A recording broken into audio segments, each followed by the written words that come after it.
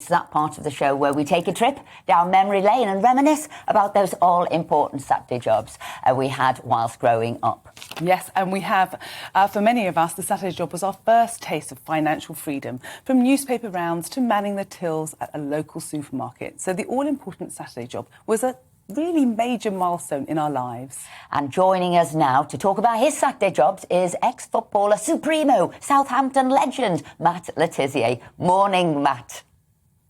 Morning, Good morning. So wonderful for you to be with us. So, Saturday jobs, come on, reveal your secret of your success. What Saturday job got you going and got you on your path to success? Well, when I left school, I had about a 6-week period where I had a bit of rest before I joined Southampton to start my apprenticeship. And my first job was working with my dad, who was delivering flowers around the island of Guernsey. So I used to go into the nurseries where he worked with the flowers and join him in the van. We used to load up the van, drive around the island, dropping off various plants at various places and stopping at every shop that sold sausage rolls and things on the way. And so are you a flower man, as it were? Do you always remember for your wife flowers for a birthday, Valentine's Day? Is it a way to woo a woman? I occasionally, but I don't remember. Oh, we've got you now. We've got you here. It sounds like that answer was no. Shame on you, Matt. So, Matt, I've been reading up about you because I just can't believe what an incredible career you've had. And everyone I told that you were coming on the show was absolutely wowed by you. So it says that you are the most creative attacking midfielder with exceptional technical skills. That was what I was told. You were the first midfielder to score 100 goals in the Premier League. I can't believe that. But I've got one question to ask you. So you are the penalty kick king, but there's one you missed, isn't it? You got 47 out of 48. What happened that one time then, Matt? What happened? It's quite remarkable where you take 48 penalties and score 47 of them, but the only one everyone wants to talk about is the one you missed. I had I don't know, maybe Mark Crossley I need to give a bit more credit to, because he was the goalkeeper that saved it, and he timed his little feint to go one way and then dive the other way very well, and he put me off, and he managed to save it. But the worst thing about that penalty miss was that when he saved it, he actually knocked the ball straight back to me, and I had the simplest task of knocking the ball in the back of the net. But I think I must have been in shock from actually missing the penalty. And from about 7 yards out with my left foot, I managed to put the ball over the crossbar from the rebound. I was actually more embarrassed about missing the rebound than I was about missing the penalty. But you really are a footballer's footballer, and football fans do adore you. And I can say that because I've watched so many replays of your goals when my other half is watching your best of footballing moments. But you also have another quality, and that quality is loyalty. You never did move away from Southampton, despite being wooed by so many other clubs. Why was that? Well, there was different reasons at different times. I was very young when Spurs first tried to buy me back in 1990. I was only 21 years of age, and I felt at that point I'd only had one full season in the Premier League. I was still very young and had kind of been in and out of the team for most of my time up until that point.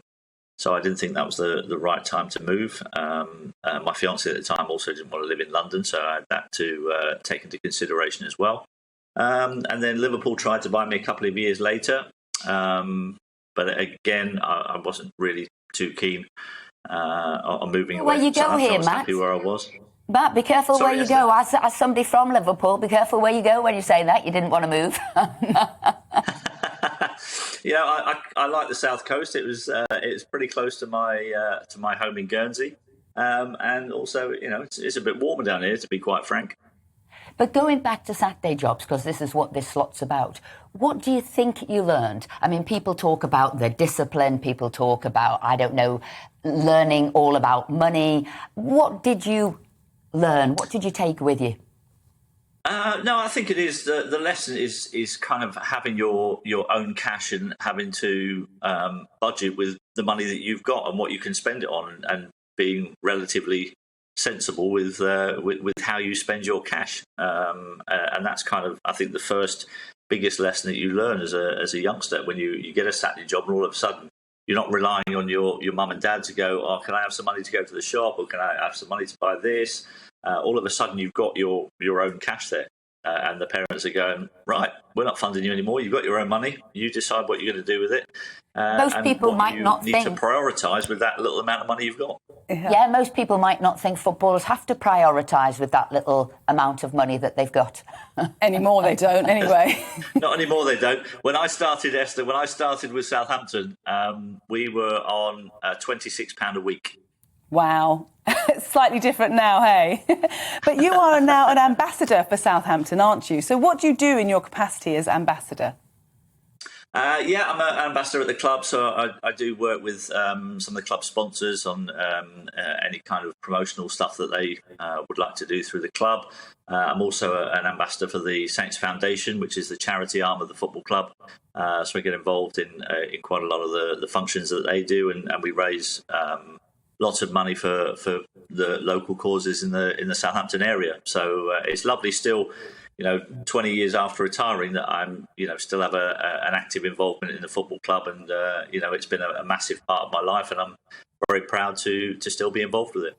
And that's what I talked about, this loyalty you've had, this character type that you've got about loyalty and supporting your local area, and that is something to be hugely admired. What are your parents like that? Where did you get that from? Most people move on, walk on. Where'd you get that from?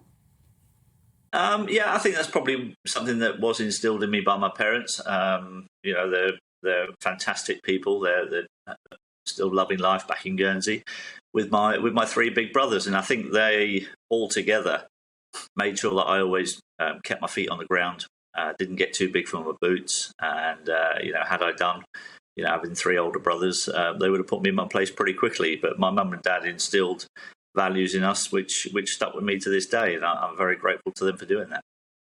So what keeps you busy now? Are you still training? Do you still do the training that you used to do? That's one of the big questions I always want to ask ex kind of professional footballers. Do you keep or training? do they say, thank goodness I don't need to go and do the workout anymore? Couple of series of Harry's Heroes where I had to get the football boots back on and start doing training properly again. So that was pretty hard. But now I tend these days to take it a little bit more easy. I play a lot of golf, which is kind of a small part of keeping the fitness. I've run a few half marathons down the years, but when I'm not training for one of those, I get a bit lazy and I tend not to go out for runs. So I think come January the 1st, I think I'll have to give myself another target and perhaps enter another half marathon and make sure that I get doing some training so I don't put too much weight on. Oh, and how about your favourite footballing moment? Because, again, we've had questions coming in from our viewers and they want to know that. What is your favourite one?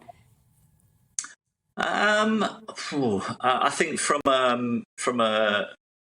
my own personal point of view, growing up as a kid, I had two ambitions in life. One of them was to be a professional footballer. So when I signed my first professional contract, that was pretty amazing. And my other ambition was to play for England. So the day that I got to do that was probably the most amazing day of my life, really, because that was everything I dreamed about doing since I was 8 years old. And to have my family up in the stand watching that and being able to go and see my mum and dad afterwards and just give them my England shirt was just an amazing moment. Oh, Matt Le Tissier, what a wonderful way to end this interview. Your dream came true, that you'd held from the age of 8. Thank you so much for coming on this morning. Thank you.